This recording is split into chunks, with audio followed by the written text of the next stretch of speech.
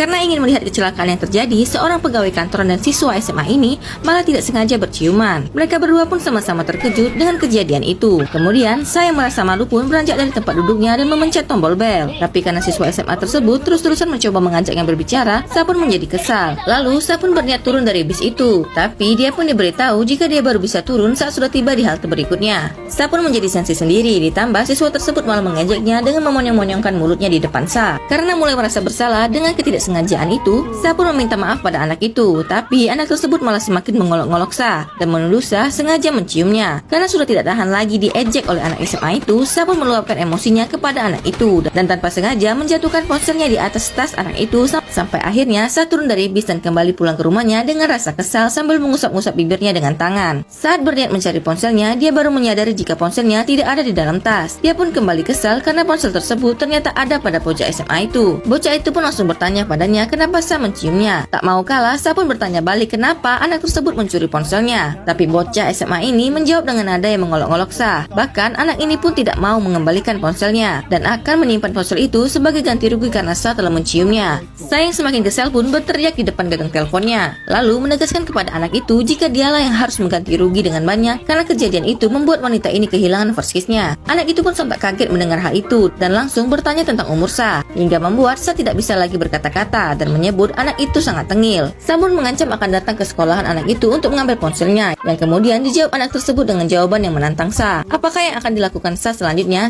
Saksikan part berikutnya hanya